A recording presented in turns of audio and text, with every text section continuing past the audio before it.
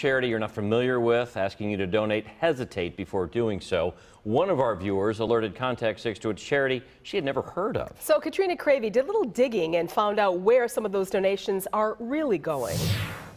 Hand me the tightly closed flask. Oncologist Chris Chitomber's team is studying the exhausting effects of chemotherapy on women. A lot of women who receive chemotherapy experience fatigue, extreme fatigue that oftentimes lingers well beyond completion of treatment. They could receive federal money for the study, kick-started by local donations, most coming from this beautiful house. This is coconut. For $20, you can tour the Wisconsin Breast Cancer Show House. The organization has raised close to $5 million since it started in 1988. 70 cents of every dollar going to the medical college. A fair amount for most people. And I'd like to see as much as 70%. But a viewer tipped us off to an Arizona charity soliciting cash donations in Wisconsin that's paying a lot of money to the people hired to raise that money. It's called the Breast Cancer Society Incorporated. Its website says it provides money, medicine, and other supporting products for breast cancer victims, which is great. But check out the nonprofit's 2011 tax returns. Part of the $52 million in cash and products it collected in 2011 includes $13.5 million raised by professional fundraisers, companies paid to solicit donations for the Breast Cancer Society. Of that $13 million, the organization reports it paid those professional fundraisers more than $8 million. That means those fundraisers paid to make calls to 36 states, including Wisconsin, were paid more than 61% of what they collected.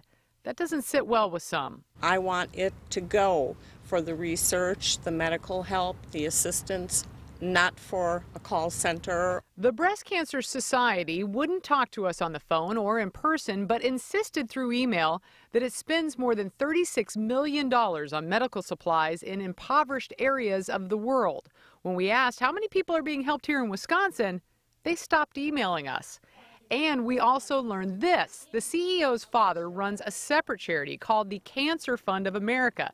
Same business plan, but even worse results.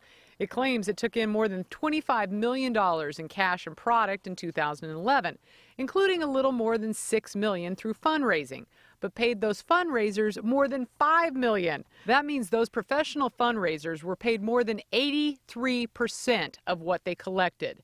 Just one of the reasons the Tampa Bay Times and the Center for Investigative Reporting recently labeled Cancer Fund of America the #2 worst charity in America.